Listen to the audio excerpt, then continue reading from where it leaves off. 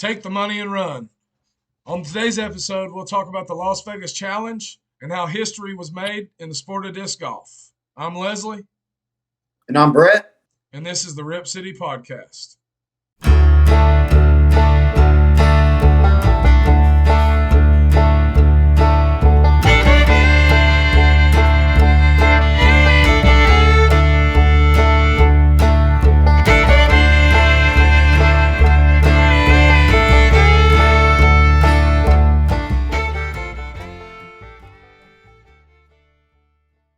If you haven't checked out our channel, please like and subscribe. And if you like the content, hit that notification bell so you can be notified whenever we put out material. And also be sure to check out our Discord. We'll leave a link in the description below. If you haven't checked out Discord before, it's a really cool platform for getting to chat and send all kinds of stuff together from us to you. And we really would like for you to become part of the family and get to know you more. So join us on Discord. Well, Leslie, let's let the Ripsters know how our week went.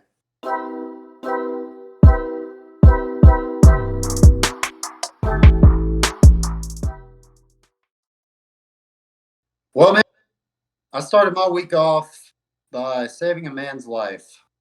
Really? You don't hear that every day, huh? No. Yeah. So let me tell you the story. Monday morning, wake up for work.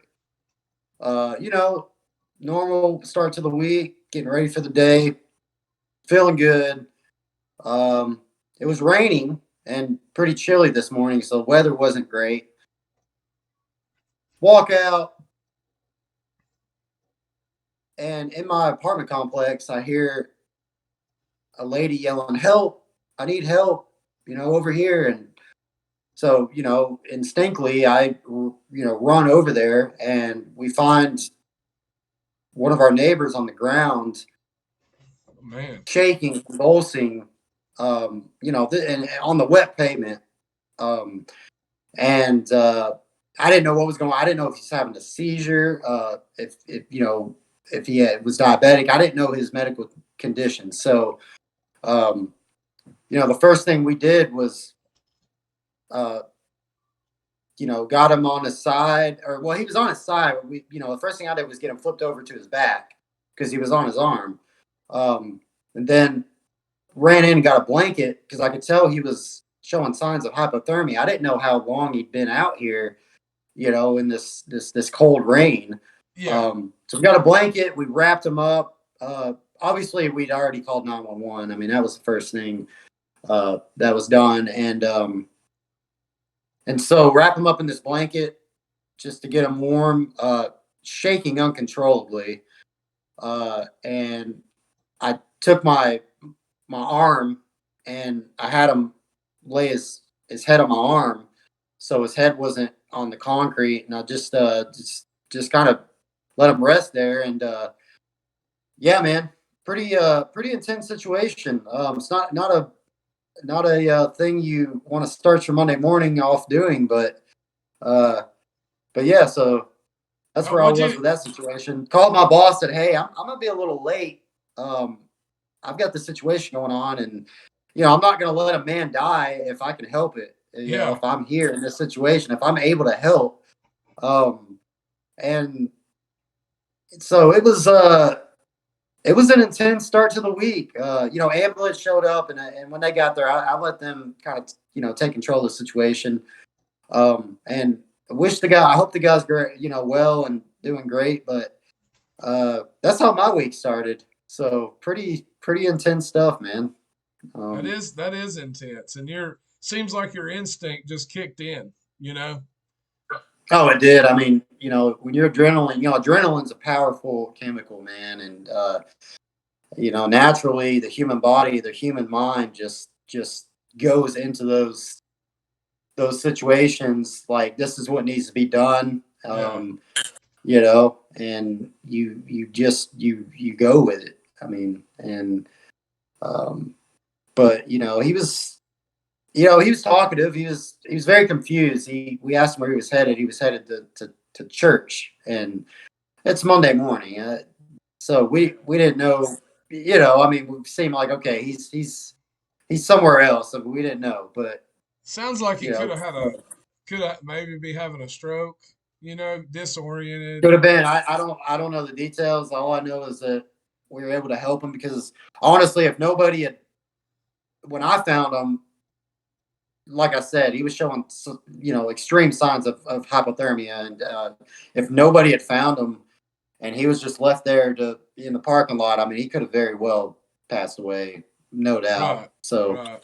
it was one of those deals where you just do what you got to do to help another man, another human being, and um, yeah, that was Sounds like that was the start to my week. So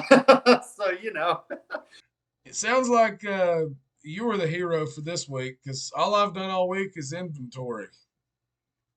oh, it's no competition, but I can tell you, inventory sucks. Yeah, I hate it. I know that for a fact. Oh, yeah, it's Yeah. horrible.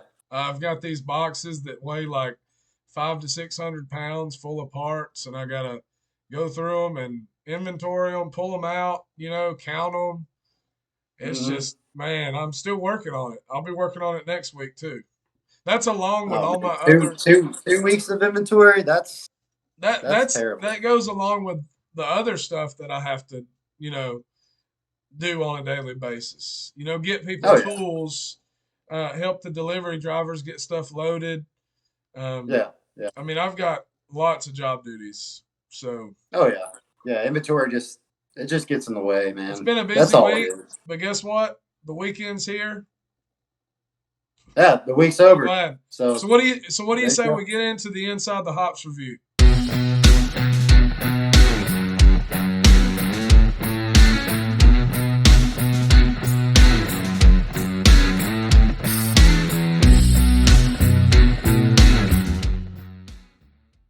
Come Come by. by.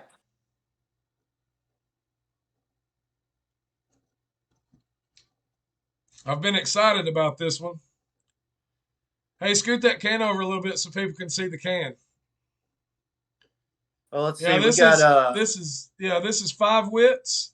Sunblaze is the name of the brew, and it's actually from a local brewery here in Chattanooga, Tennessee. And man, it's my initial sip review. Man, it's good. I mean, it's really Oh, it good. is. It's great. It's great. For an IPA, it's not too heavy. Um, Definitely tasting a lot of citrus in it. But you get those hops as well. Some IPAs are just so heavy. Oh man, it's almost hard to get down. Yeah, Especially you start getting into the doubles and the triples. This is just a regular IPA, but it's good. It's good. yeah. I It's can see six. where they It's came up with the name. it's 6.1 by volume. How about you read the description there, Brett? All right, so the description that they've given us is whether it's enjoying the company of family and friends or experiencing the best of the outdoors, Sunblaze will always have your back. A tribute to all things happy, this IPA is a mingling of juicy jam aromas and a resinous backdrop. And it's Pretty got much sums hash. it up. It's got hashtag Blaze on. Hashtag blaze on. Love that. Love that. You can go check these guys out at 5witsbrewing.com. And if you're ever in the Chattanooga area, look these guys up, plug their address, which is 1501 Long Street, Chattanooga, Tennessee, 37408. Plug that in your GPS and go give these guys a visit. Well, man, you ready to talk about some disc golf? Let's talk about some disc golf.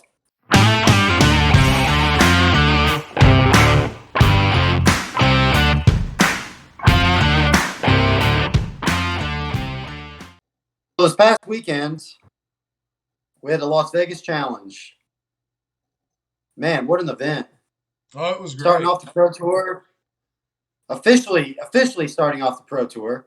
Yep. Um, I love this event, man. Vegas, it's the first the first event of the season. It's always windy. It's always crazy. You never know what's going to happen, and we can say the same about this year's. Just some Yeah, insane stuff, man. I love the course, the both Yeah. courses. I love both courses. Hmm. They're both great courses, but when you throw wind in as a factor, it evens out the game, evens out the playing field. You start seeing guys that they come from areas that where they're used to wind, and you'll see those guys climbing the leaderboards because they know how to perform in those conditions. Yep. So it's definitely, Yeah, you take a guy from take a guy from North Carolina versus a guy from Kansas. oh yeah, You're gonna see a difference there. I mean, got a guy growing up playing disc golf in Kansas. That's his. Every weekend or every week, he these guys are playing in those conditions. You yeah, know, but you go out in North Carolina and you've got woods. I mean, you've got tight woods, tight technical wooded shots.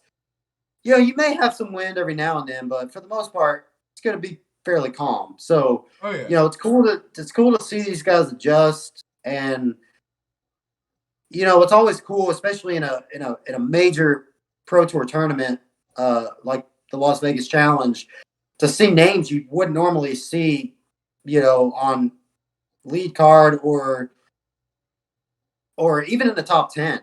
oh yeah. You're like, I don't recognize this guy. There was a guy that was on one of the lead cards that was named Clint Calvin. Okay. I mean, Yeah. I've never Yeah. heard of him before, but hey, he's on a lead card because he probably Yeah. knows, he probably knew how to play in those conditions. So, Yeah. Yeah. It's crazy. It's crazy to, to have that type of play and players where, it's crazy where you grow up playing and then you take those. Of course, every disc golfer practices different conditions, but if you're growing up in a place that has a specific weather condition prominently over another region, you get used to playing that way. That's your game. oh yeah, And so it's really cool, in a situation like Las Vegas, to see that. And it's just always a fun event. It's always a fun event. Congratulations to Eagle McMahon for taking it down, taking it home, first place, oh yeah, really dominating, really dominating. I mean, he struggled. He had some struggles at first, but he just put it behind him, and from there on out was full it on. Didn't look back. it was And definitely an awesome finish to witness. I watched it live on the Disc Golf Network. I mean, So, what a way to go out.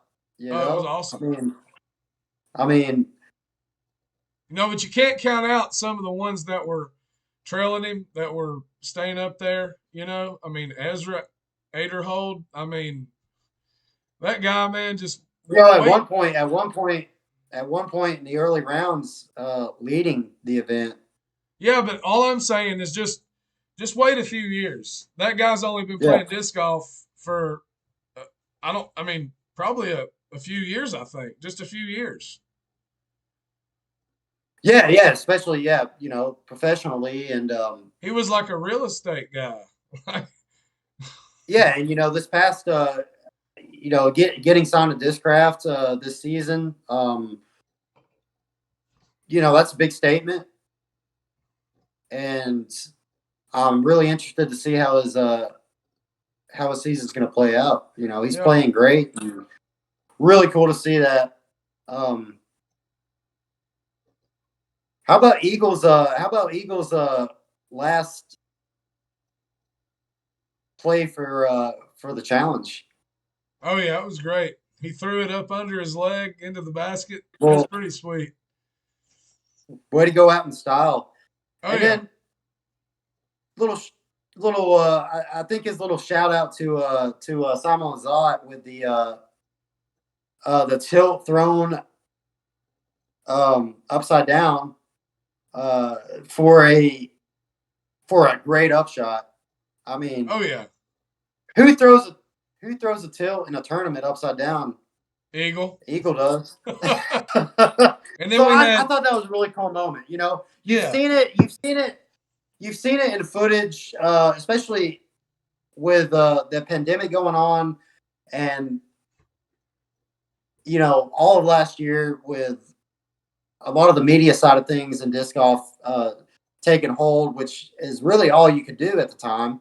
And so when the tilt was released, you see a lot of guys out there doing reviews and throwing it, but you never. This is the first time that you've seen a shot like that with that disc in a major tournament, and I yeah, thought that was really cool of Eagle to bring that out and just kind of.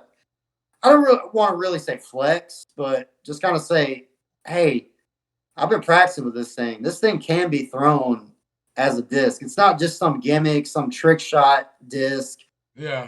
This thing can actually be used. You can actually bag this thing and have a use for it. And I thought that was just like a really cool statement to kind of bring out the end of his rounds, final round, and uh, it was great, man.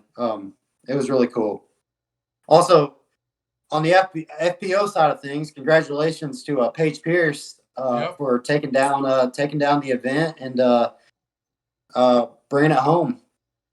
Yeah. And She's speaking a and dominant player. She's a hard worker. What do you have to say about that? I mean, yeah, she definitely dominates. You know, Yeah. there's not really I mean, she's got some competition out there, but I just don't think anybody is on the FPO side is really good enough to even compare to her. I mean, you've got some that are good, but not the caliber that Paige is, you know? I That's would what say that she's got. I would say that there's competition that can really stand up with her. Um, I agree with you, but I would say that Paige has the most dominant work ethic, yeah, and I think that's what separates it. right. Her wins and her drive. Um, I think on the FPO side, watching a lot of these, you got people like Sarah Holcomb and Katrina Allen that have obviously have national titles and world titles. Paige Bierkis, or now known as Paige Shue, also holds a world. And but you have these up and comers in the FPO too that are great players that I think can really you know stand up to these ladies. And but what I'll say about Paige Pierce is that her work ethic I don't think can be matched by any lady at the moment. As Oh far as I'm yeah, seeing, I mean, yeah. just a But dominant hard worker. you do have all these up and comers, and actually, we're about to interview one of those up and comers in a podcast coming up. So I'm getting excited about that. We do. Yep, So, yep. but speaking of Discraft, how about Paul's contract extension with Discraft? Well, history has been made in the sport of disc golf with the biggest contract that's ever Yep, been signed. yep. $10 million for a 10-year contract. That's $1 million a year. I don't know about you, but I think I could live pretty well off of that. Yeah, I would probably fake injure my ankle so I get that money, boo boo. I'm just kidding. No, I'm just kidding. No, I'm really I think in all happy. seriousness, go ahead. I'm really happy that this happened because this is showing the world that Yeah, disc golf is going to become a household name. I'm going to yeah. say within the next 5 years, it's going to be a regular on your sports channels. Oh, I think that's what we're all hoping for. and it's why we're out here doing what we're doing and trying to grow the sport. And I think it's a statement to, hey, this isn't a sport of just some, this isn't just some, hippie pot smoking, hey, let's get out and play, which is, let's all face it, which has been a reputation for many years.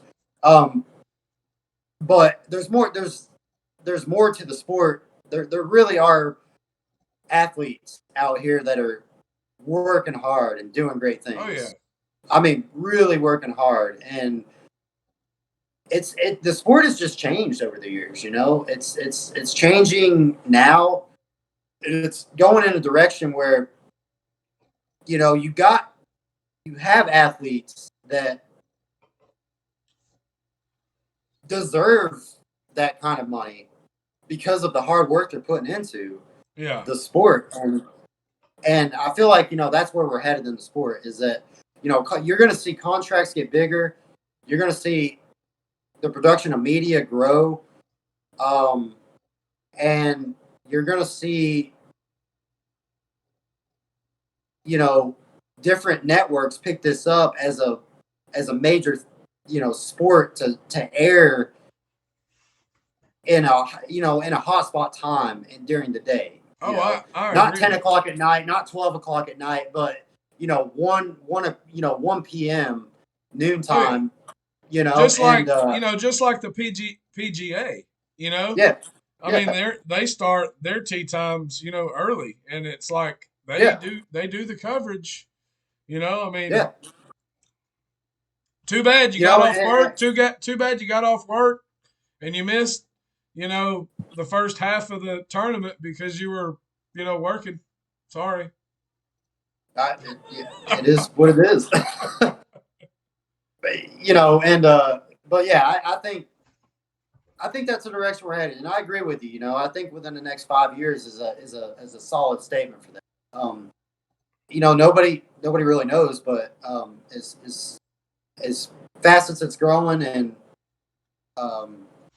as much hard work as not only the players and the production of media and all these guys working together, I think we're gonna see that within that time frame, hopefully sooner. In my opinion, I'd love to see it within the next 2 years. But oh yeah, I would too. I'm just giving an overall guesstimate of what I think, it's going to take for it to become, because I feel like in order for it to become that, then I think the purses for these tournaments have to get larger, and they are over the years. They're increasing over the years. Absolutely. But here's what I would like to see. Okay, I would like to see some of the same format go into place for the pro tour as in ball golf, as in, okay, you've got your first 2 rounds are, you know, qualifiers, for the actual meat of the tournament. And all these other guys that don't make it, you know, they drop off, because they didn't make the cut. You know what I mean? And then you've only got a field of, say, this is just a ballpark number.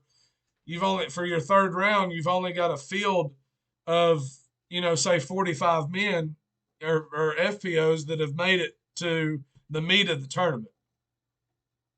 And then I think you'll start to see, I know these guys are out here grinding, struggling.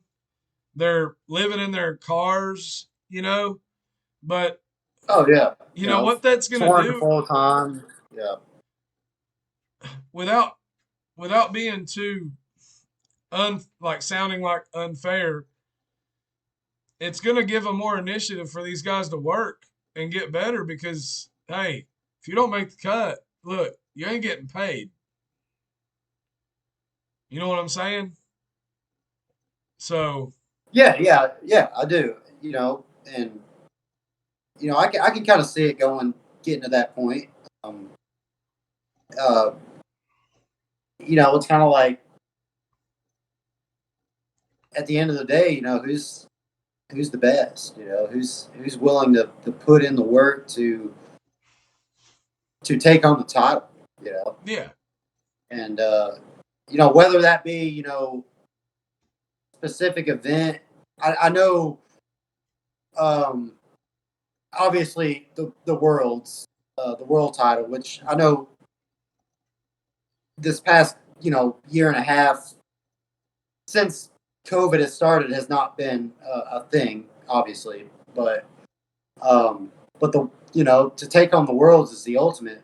But I know on a national level, to take title of the USDGC, basically the United States Disc Golf Championship, is that's huge. That's Oh everything. yeah. For life accomplishment or career accomplishment, and so yeah, I can agree. I can agree with seeing that becoming a thing. Having qualifiers and then saying, all right, who's the best of the best? Yeah, and Let's I put them in think a card. Let's round them out, and whoever is the best at the end of the day, I well, think it would help. that's what it's all about. I think it would help to keep the tour going for a longer time. You know, like Yeah, they could add more tour events. You know what I mean? yeah, Speaking of yeah. touring for a longer time, um, I guess there's no better time to introduce our guest for the week. And so, without further ado, let's kick over to our interview with the guest. Not only is he a teacher, as well as an author, but also with 17 major world and national titles to his name, we're very excited to welcome Scott Stokely on the podcast today. Scott, how are you doing, man? I am doing fantastic. I am on tour in my Jeep, our Jeep, and we are pulled off. That's the nature of being on tour. So this is as close as I come to a studio. Oh, dude, Absolutely. I really like those lights in the background. That's sweet. I love that. It's our Christmas lights.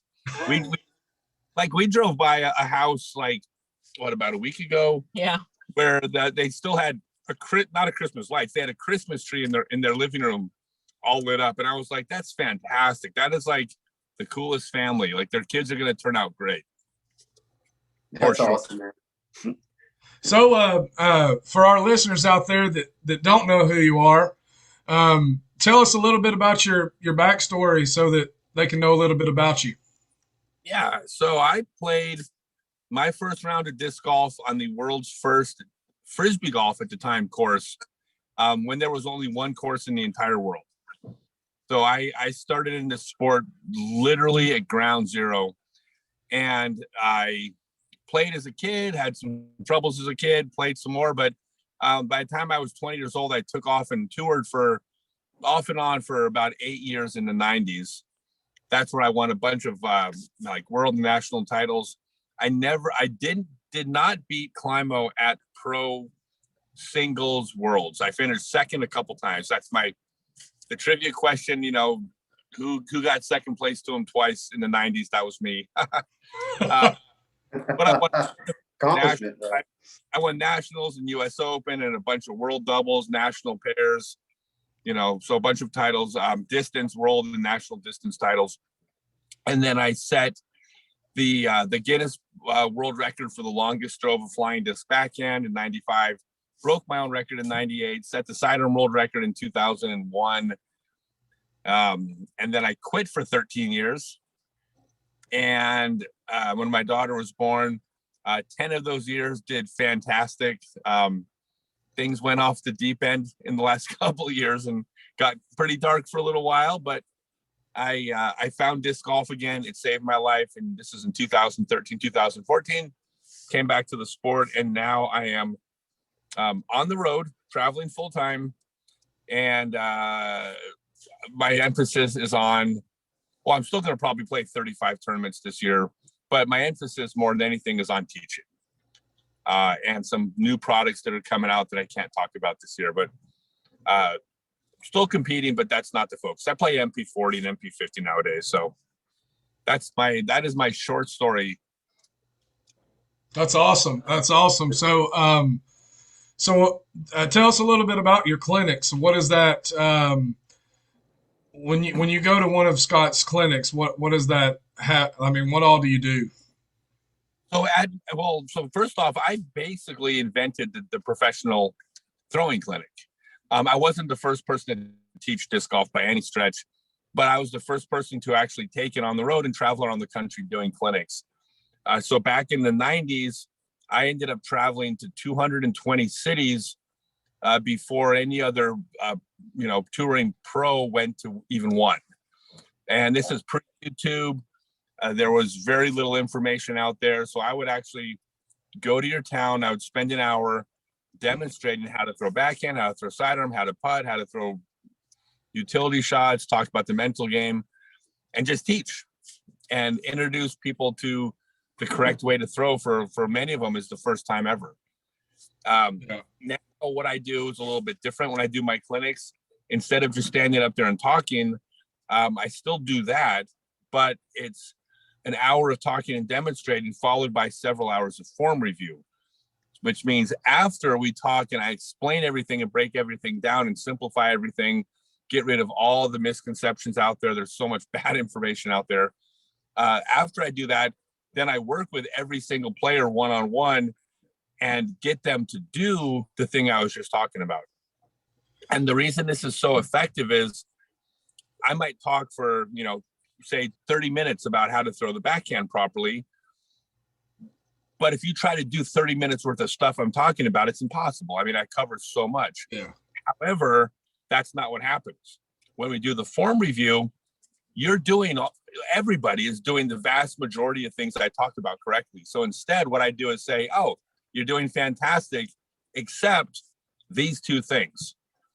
And those two things are the things that are killing them. But because I'm able to watch them throw and identify those, they don't have to do all these different things on the throw. It's only those two things they're not doing. And I tell them what those two things are.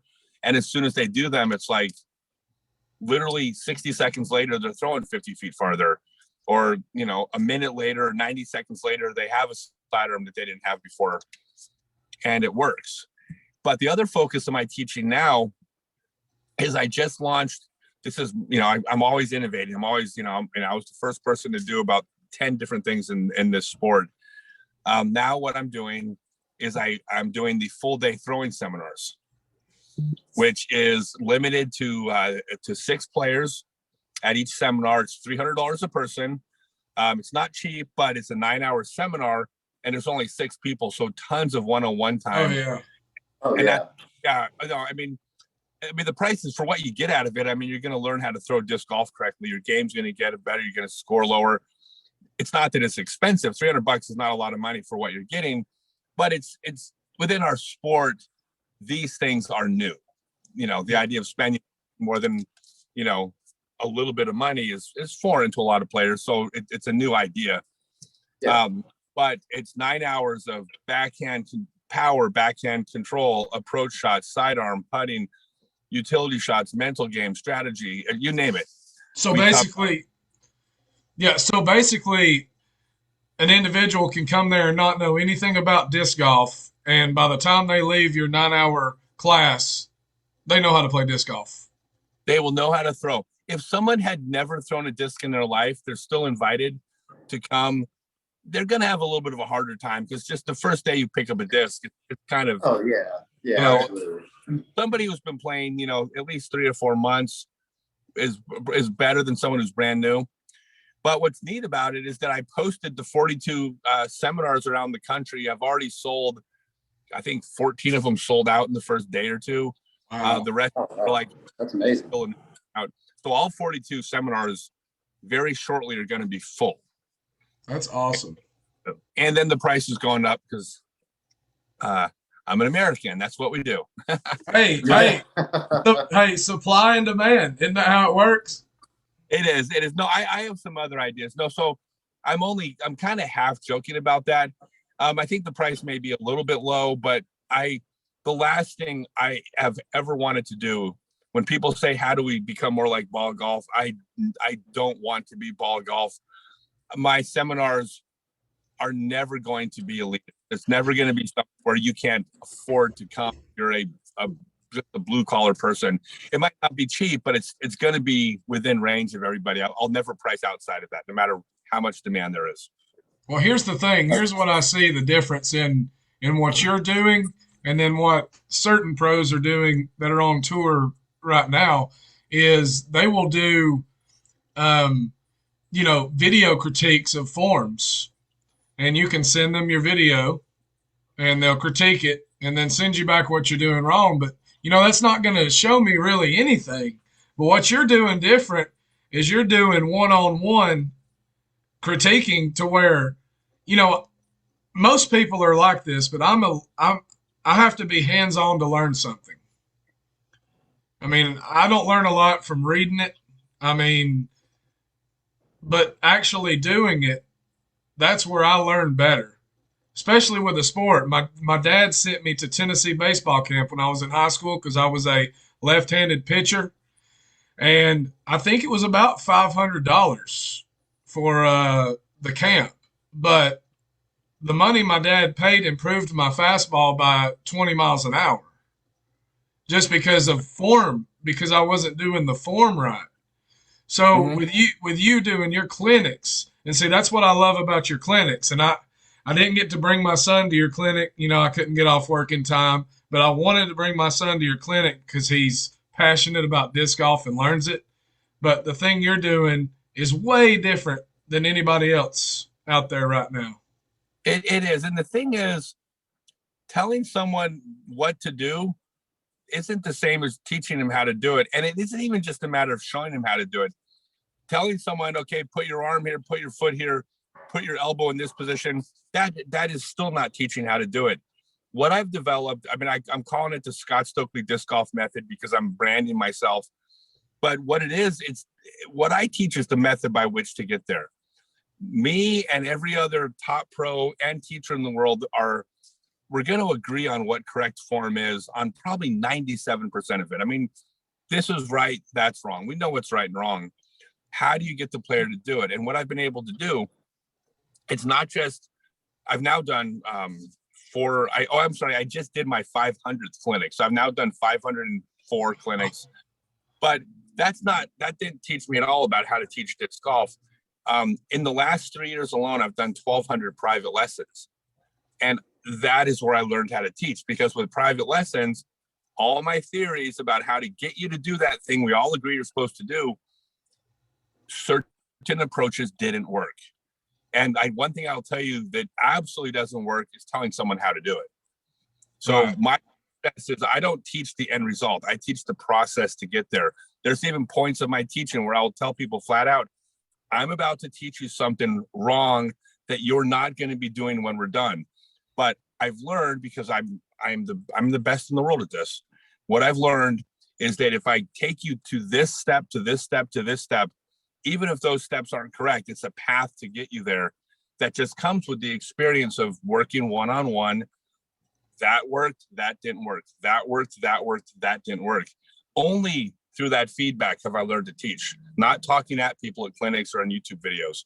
Not saying it doesn't help, but that's not where I became the teacher that I am. It was all through the one-on-ones. But now that's the process. Now when you come to anything I do, you show up and you leave going, oh my God, I can do this thing now. It's pretty, it's really, like, I'm not trying to be arrogant. I'm just, I take a lot of pride in the fact that I've put more work into this than anybody. And I got this down to a science. It's really good.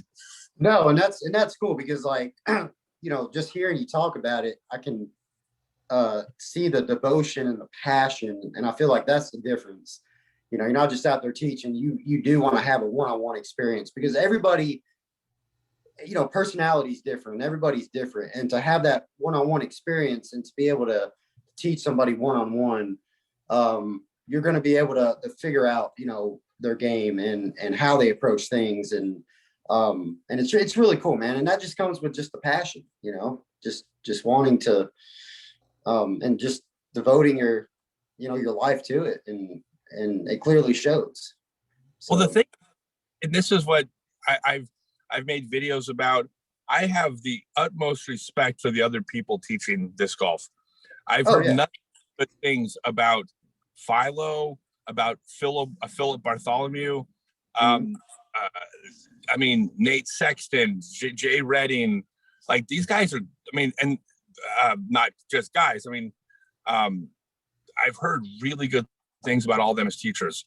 It's not that I'm the best in the world for every single person, because there are people whose personalities and style will resonate with someone else.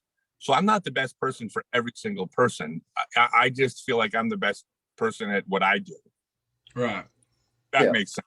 It does make sense. So how can someone find out about your clinics? Yeah, just scottstokely.net. Everything's there.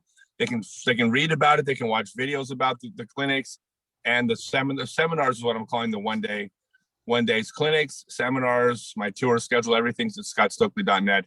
They can sign up, register, get on wait list, whatever they got to do. Click to all my social media, YouTube videos. I'm a bit of an attention. Is this PG-13? Hey, say what you want to say. Yeah, man. This is be you, man. One of the keys to succeeding in marketing yourself in the modern world is to be an attention whore. And that is the unfortunate reality of the modern world. But you got to be putting yourself out there and putting yourself out there strongly. So if you look, you'll find pretty much everywhere, and I'm going to be ramping it up soon. Well, we'll leave a link in the description so you can go check out scottstokely.net and look up and see if he's coming to a town near you, so you can sign up for one of these clinics. Scott, tell us a little bit about your book. So I wrote my autobiography. It was released a year ago, December. It's killing it. I mean, it's sitting right now at Amazon with 5 stars still. It's really hard to hang on to a 5-star review. One bad review takes like 20 other 5 stars just to like keep it above 5 stars. It's the first third of a trilogy, because my entire life involved in disc golf for the most part until I turned 31 years old. And that's where the book ends in 2001, when I basically retired from disc golf. The next book is going to take place my 13 years away from disc golf, and then the final book is going to be my years back in disc golf. So I'm writing my book as a trilogy. That's awesome. That's awesome, man. It was one of the most exciting things I've ever done. It was so hard. Basically, I ended up, I had a co-author that helped me with it, but we started off with 126,000 words that were garbage. Like, I mean, when the first draft of the book was so awful, it was just a series of anecdotes. There was no cohesiveness. There was no story. There was no foreshadowing. There was no character arcs. There was just a bunch of stories that it wasn't a book. And I literally told him, I said, look, I'm not going to do a cash grab with this. I go, let's just scrap this. He had written a number of books previously. He says, nope. He's like, Scott, this is the process. Now the work starts. And we got to rewrite it. And so over the course of the next year, it went through 6 complete rewrites, start to finish. Took a full year working a lot of hours. But every single rewrite of the book, I'm like, after the first rewrite, I was like, well, it still kind of sucks, but it's not terrible. Maybe we'll print it. The next rewrite, I'm like, hey, this is looking pretty good. And every single rewrite, it got better and better. And finally, by the last time through, I read through it, and I was being objective. I mean, I thought it sucked when I first wrote it. So I was being honest. And the last time reading it through, I was fixing grammatical errors, but I'm like, oh my God, I think this is actually good. Like, how the hell did this? And it worked. And it's basically my life up until I was 31 years old, up to 2001. But it parallels the history of disc golf, because I was either there for most, or maybe not most, many of the major events in the sport. And if I wasn't there, I could give a firsthand account of where I was standing at the course when somebody said, this thing happened out in this state. And I went, what? Like, for instance, I don't, it's not a history book where I'm telling, here's the first person that toured, Glenn Whitlock. Instead, it's a story of when I first heard there's a guy out there on tour playing disc golf for a living. And this is in the late 80s. And I went, no, it can't be. That's not possible. This is Frisbee golf, right? You can't make a living touring. Glenn Whitlock did it. And so I got to tell the story of Glenn Whitlock, but I got to tell it through the eyes of me learning about, there's this crazy Canadian dude playing disc golf for a living. So that's what it's the history of disc golf, but it's through my eyes, and then as well as my story. But I think for most people there's more people interested in disc golf than interested in Scott Stokely, right? So I think the history is what's going to be the biggest pull, but I think my story is pretty cool too. Yeah, we'll leave a link in the description so you can go get a copy of Scott Stokely's book, Growing Up Disc Golf. Yep. We have a few questions for you, Scott, and we'll let you get back on the road. You got it, man. All right. I got a few questions myself. So out of your entire career, what is the event that you've played that stands out above the rest? If there had to be one. The one, honestly, that probably meant the most to me, this is going to sound strange. And it's going to take a little bit of backdrop to the story, right? So basically, I played up until 2001. And then I retired. And when I came forward in 2014, I hadn't played in I didn't touch a disc for 13 years. I went out to like 2 tournaments without throwing a disc for like several years and played that tournament, obviously terribly. But I didn't play league night, practice rounds, nothing. I didn't play for 13 years.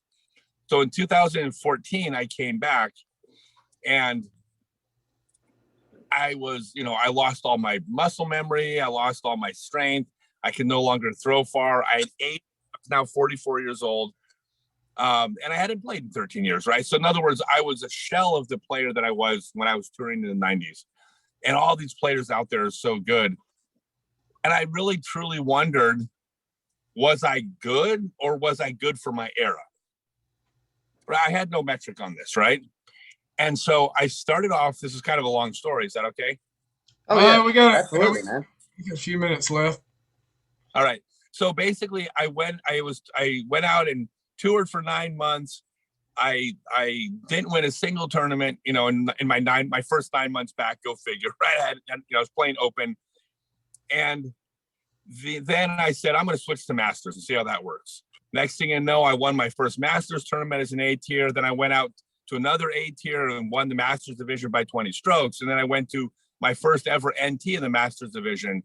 And I won. I beat Patrick Brown and Jonathan Baldwin. I'm like, hey, maybe I was pretty good back then, because I'm like a shell of my former self. And yet I'm still like winning NTs in my division, right? Played a couple more Masters tournaments, won those, switched to open division, won 6 in a row in the open division, little B's and C's tiers. But then I went to an A tier. And at this point, I'd won like 11 in a row. Big tournaments in the Masters, but B and C tiers in the open. So I go out to this A tier. I sign up in the open division. And Paul Ulibarri's there, and Matt Dollar, and Drew Gibson. I mean, there was world-class players there. And I won in the open division by 12 strokes. And I have no problem acknowledging that all 3 of those players are better disc golfers than me right now. So I had a good weekend for sure. Yeah.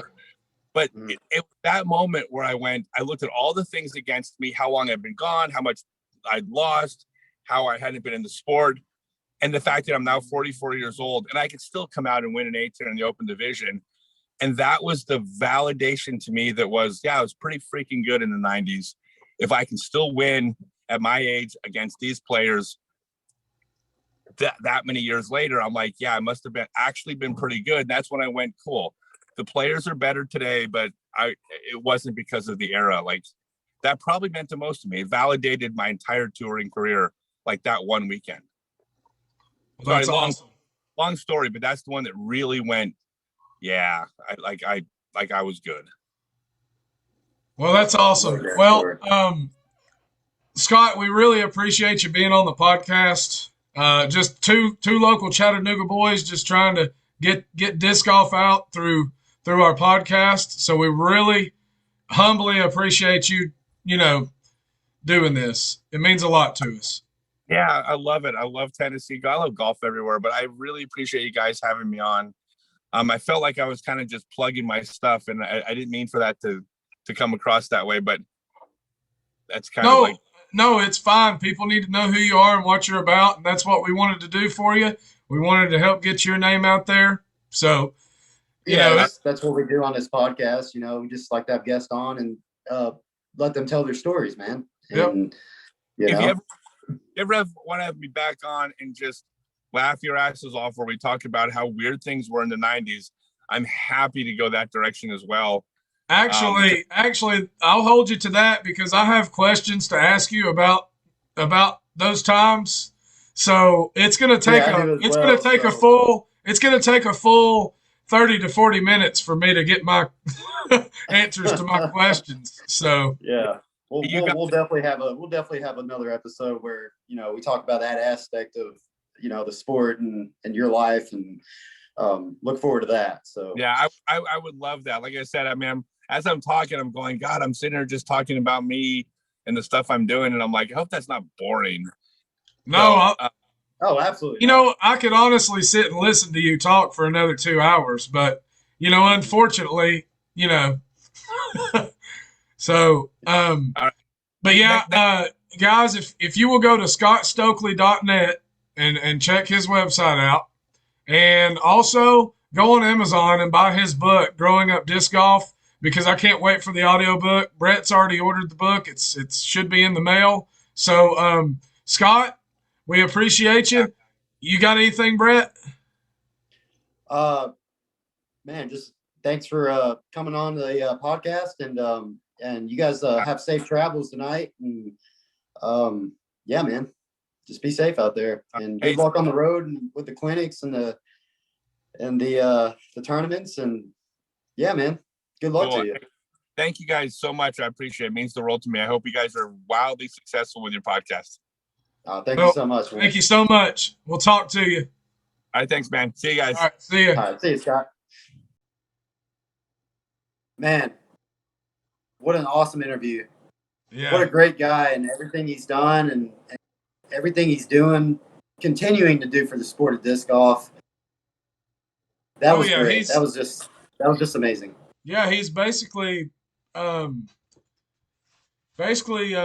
he's devoting the rest of his life to disc golf, to teaching people, I mean, every facet of the game. And we'll leave a link in the description for his clinics, and you can also look him up on Facebook. So y'all guys go check him out. If anything, send him some love, drop a comment, and tell him, thanks for what you're continuing to do in the sport. So. All right. Well, let's get into some disc golf memes of the week.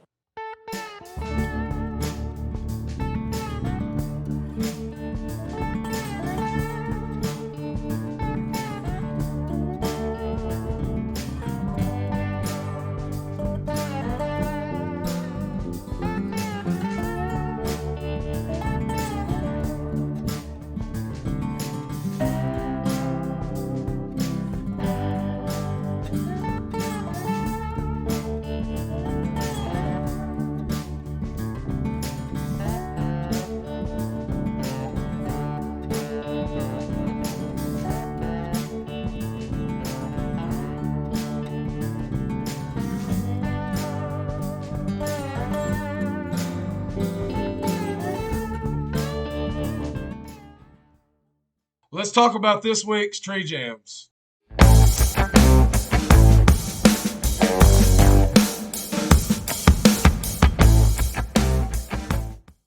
Well, my tree jams of the week is a band that I've actually seen live before. And I kind of went back this week and revisited them, and I've listened to them probably every day this week while I've been doing inventory, and that's Parkway Drive. Parkway Drive. Parkway Drive. If you haven't checked One of the out best. Parkway Drives, or Parkway Drive, not Parkway Drives. I'm sure they drive, but Parkway does drive. But anyways, Parkway Pretty sure Drive. they drive. They're a great group of guys. They're from Australia, and they're just incredible musicians. Just incredible. If you haven't checked them out, go check out Parkway Drive. If you like metal, if you don't like metal, then don't go check them out. But if you like metal, you've got to check out Parkway Drive.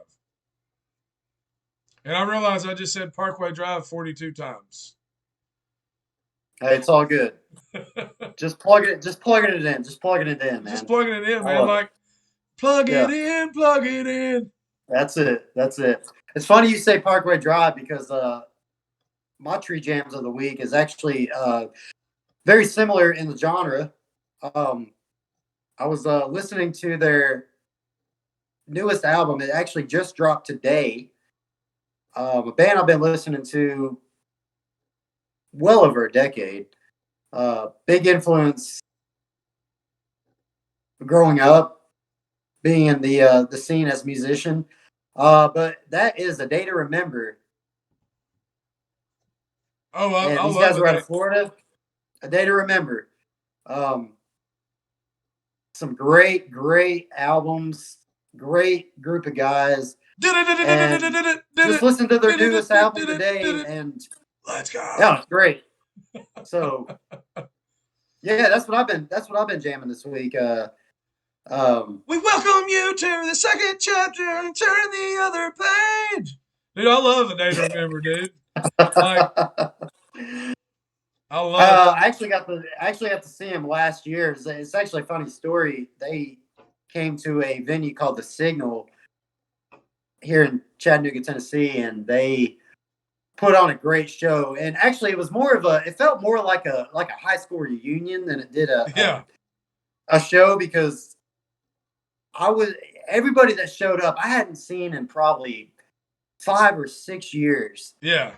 And you show up to this show, and it's just all these people that you graduated with. That it was my high school graduation actually it didn't happen this year because of COVID.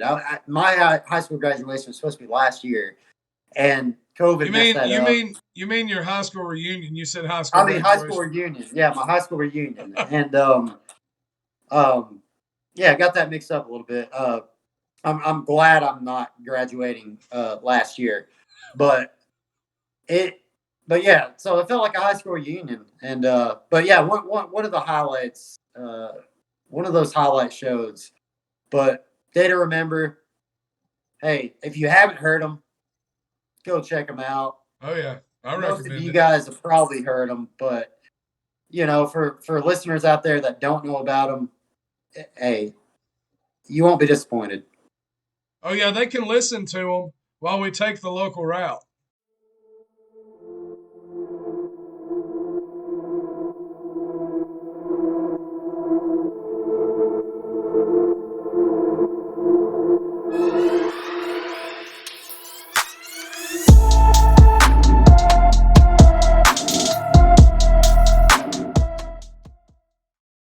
Yeah, I got the opportunity this past weekend to play the bag tag challenge.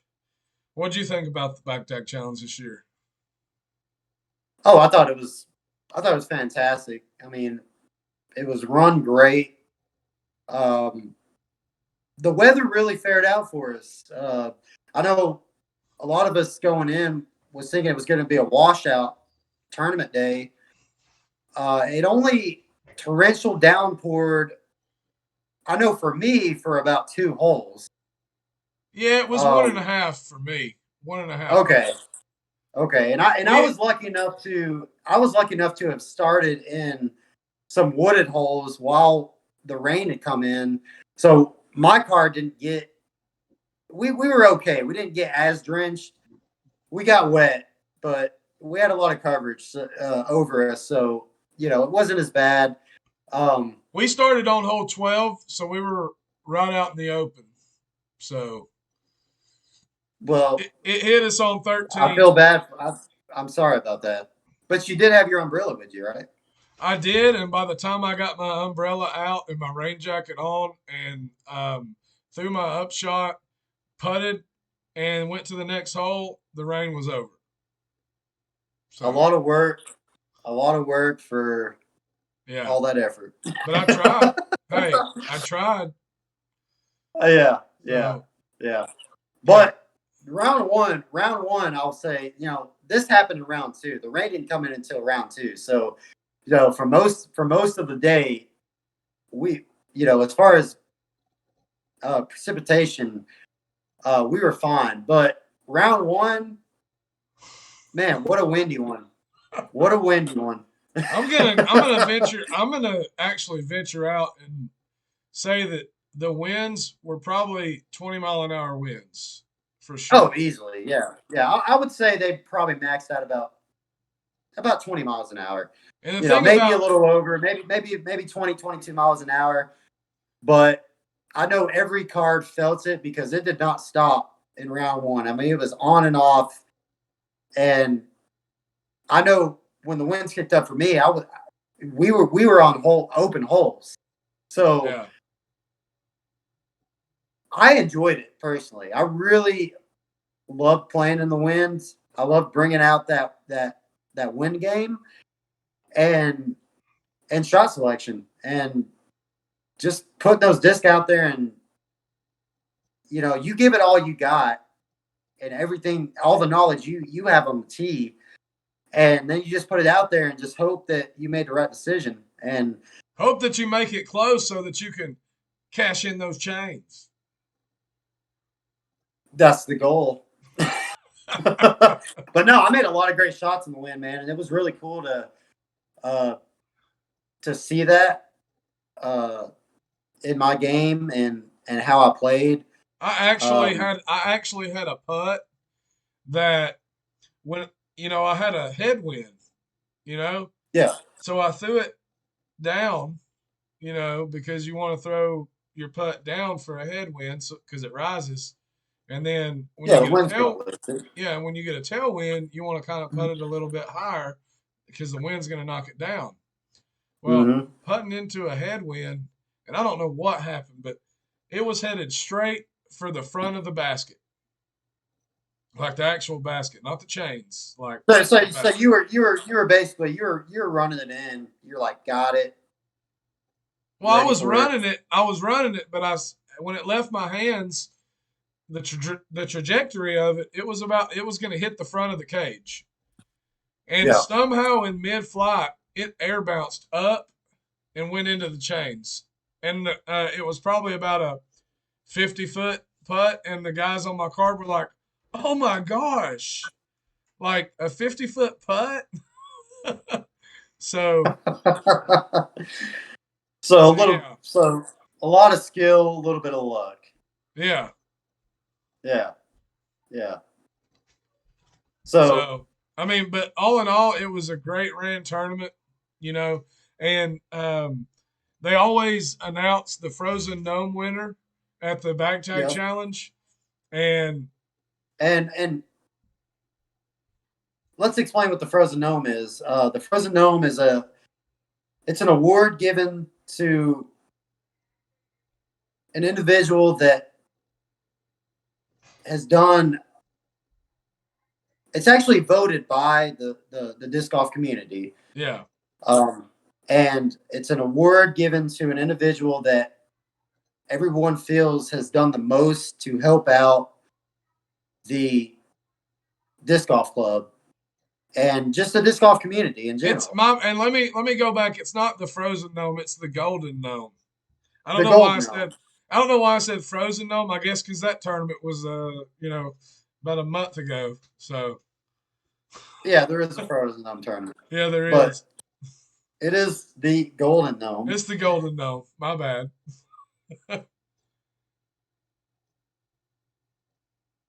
But So let's yeah, congratulate.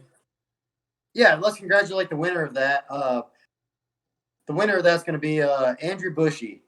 Yep. Yeah, he does a lot for the local community, for sure. Yeah, and Whether it's picking up trash on the courses, um, maintaining, uh, yeah, just an all around, just anything that he can do, yeah, yeah, and so so well deserved.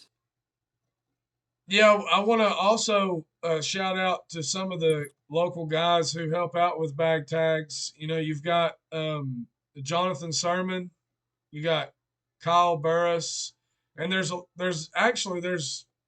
too many of them for me to name that actually get in there and help out. So I'm thankful to those guys who actually step up in the disc golf community and do stuff for us local guys. So it's an awesome Yeah, thing. yeah, I agree. I agree. It's a lot of work, man. It's a lot more work than people think to maintain these courses and the keep information flowing to everybody. It's yeah, it's work, and we appreciate all those guys for doing everything that they do. On a local scene, and it's great. It keeps everything flowing well and keeps events. Events are updated, and just as simple as just bringing information to the disc golf community, and Yeah. everybody appreciates that. Um, so thank you to those guys, and we appreciate all your hard work and everything you do. Yeah, and last podcast we got to interview Michael Graham and talk about the Anheuser to Africa. That's happening March 20th. So you local guys, if you watch this podcast and haven't heard about the tournament, contact Michael Graham, and sign up. It's for an awesome cause, so expect to see you there. It's a flex start, so you can start whenever you want to. So get out Well, there. I think it's 11 a.m. to 4 p.m. Yeah, flex start. Anywhere between that time. But you can find out all that information on our previous podcast where we had an interview with Michael, and we'd love to see everybody there. And I know he would appreciate everybody there as well, Yeah. and for all the donations that he's doing. But all that information's in the last podcast, and you can check that out. So Yeah, let's come together as a community and help a brother out. So let's score this beer.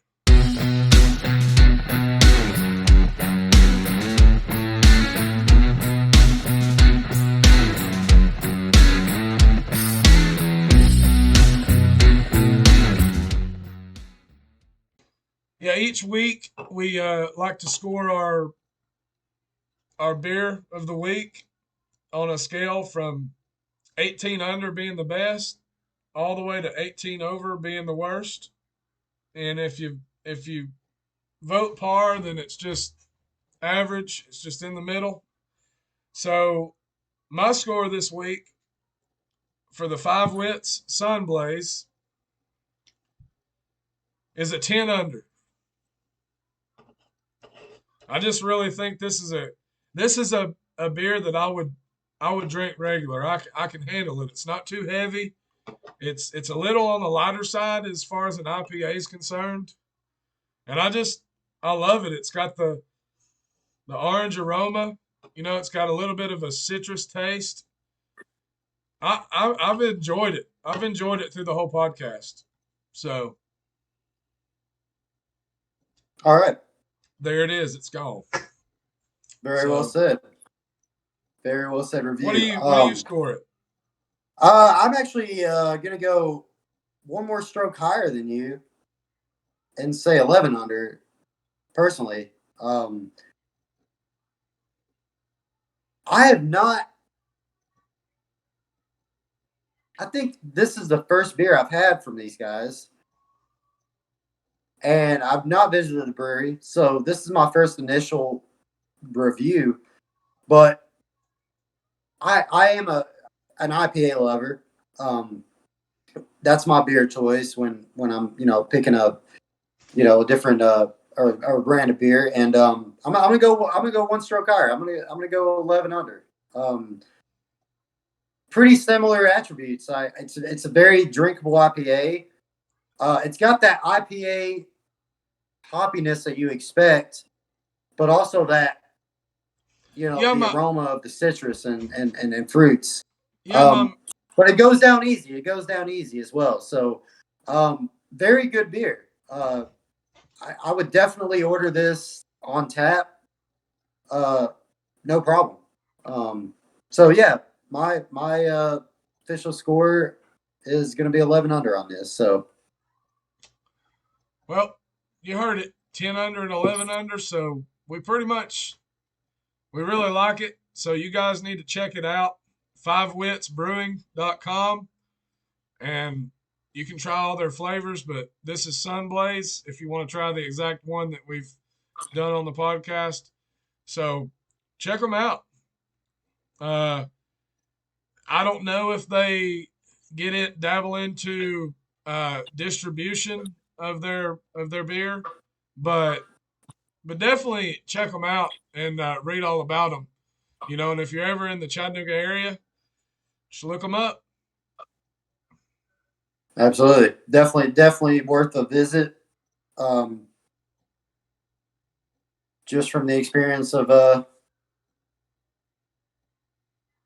drinking this beer. So yeah, I will definitely be giving these guys a visit, and you should too. So if you're ever in the area, 5 Wits Brewing Company, check them out.